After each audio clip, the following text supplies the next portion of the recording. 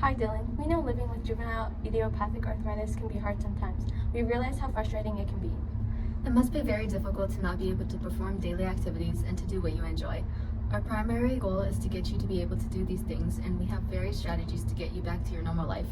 It's completely normal to feel discouraged and frustrated, but everyone here is here to support you. It may not be easy, and it's going to take lots of work, but we are confident that you can do it. As you know, Dylan has a condition called osteoarthritis juvenile idiopathic arthritis. JIA is a type of arthritis in kids, like Dylan, that causes joint swelling and stiffness. JIA is an autoimmune disease, which means that the body attacks the healthy tissue, which causes pain and trouble moving. JIA is usually felt in the joints. When the body starts attacking healthy tissue, it's attacking the cartilage. Cartilage is the type of tissue that protects the bones. It acts as a cushion. As the cartilage wears down, the bones will start getting closer to each other and start to rub on each other as the person tries to move, which can cause the bones to injure easier and pain when trying to move. JIA also inflames the synovial membrane, which also decreases joint space, which is why Dylan is experiencing pain and having difficulty moving.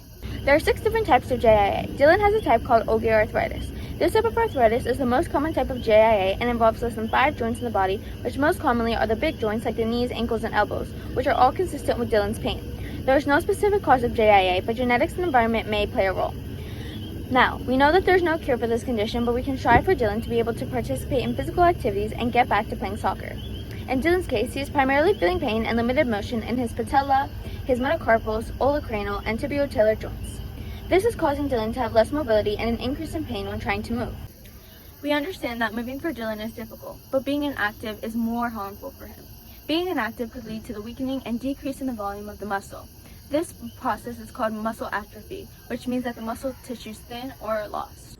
Due to this risk of Dylan being inactive, we have come up with 3 different exercises for Dylan to do in hopes of increasing his muscle strength and overall mobility. The first exercise for your fingers would be the claw stretch.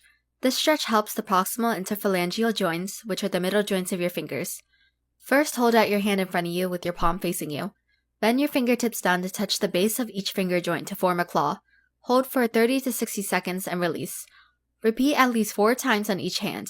When doing this exercise, you are loosening up the joints in your fingers, reducing stiffness and discomfort. This stretch also helps circulate blood throughout the hand and can reduce inflammation. The second stretch is called standing quad stretch. And to do this stretch, you want to stand up straight, bend the top leg behind you, and gently grab your ankle with your hand. Slowly pull your ankle towards your back. And when you do this, the quadriceps and hip flexors are gently being stretched, lengthening the muscle fibers, which would reduce stiffness. This muscles being stretched may also improve the ligaments of the patella. In addition, this exercise stretches the muscles surrounding the knee, which allow a better range of motion by allowing the patella to move more easily when moving.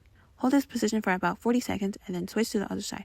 Repeat the same process, and when you are holding the stretch, you're providing better circulation to the muscles, which bring oxygen and nutrients to the muscles, which helps it recover. It is best for you to do this stretch twice for each leg. This stretch will help keep your hip and thighs loose, which is important for walking, running, and being able to sit comfortably. The exercise we planned it's called calf rises, which is a great way to strengthen the gastrocnemius muscle or lower legs by contracting and flexing it. It also improves circulation, meaning that the movement helps blood flow to the lower leg, bringing oxygen and nutrients to the muscle and joints, which will help reduce stiffness and pain. To do these exercises, you first stand up straight with your feet apart and slowly lift your heels off the ground.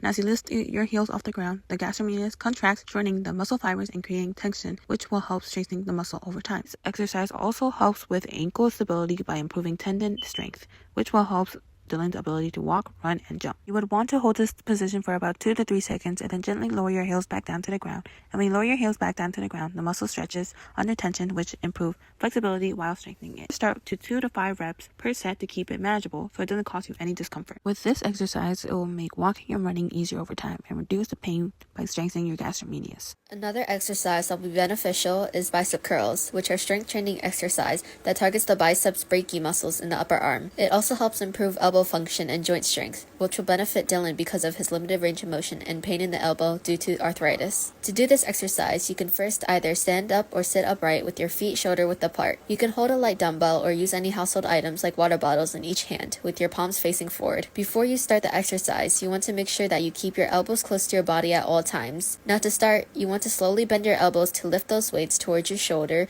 while contracting your biceps. Avoid swinging your arms. Then pause briefly at the top for a few seconds and slowly lower the weights back to the starting position, fully extending your arms but not locking your elbows.